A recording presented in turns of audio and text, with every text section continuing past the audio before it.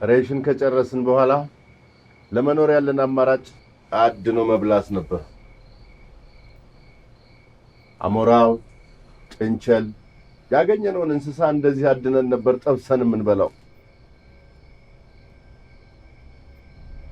የተራበ ሆድ ምግብ አይመርጥም።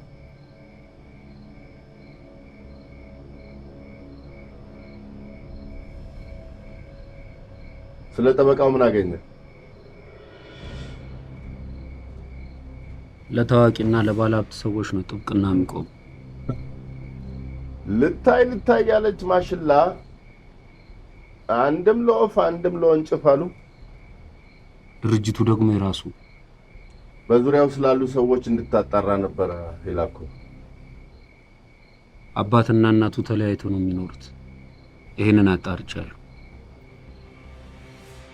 አባትየው ደግሞ አቶ ካሳው ሞላ ይባላል፣ ባለሀብት ነው። እናትየው ወይዘሮ አልማዝ ትባላለች። ከአባቱ ጋር ተለያይታ ሌላ ግብታ ነው የምትኖር። አባትየው ደግሞ ድሮ ጨርቃ ጨርቅ ፋብሪካ ነበረው።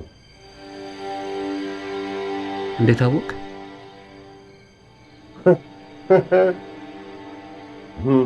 ጅብ ግዳይ ሲጥል ቀድሞ ሆዷን ነበር የሚዘረግፈው።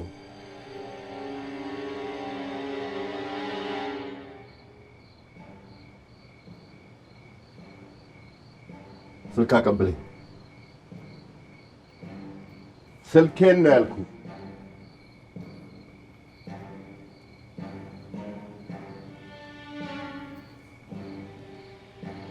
ከእንግዲህ እኛ ወደ ጠበቃው አንሄድም።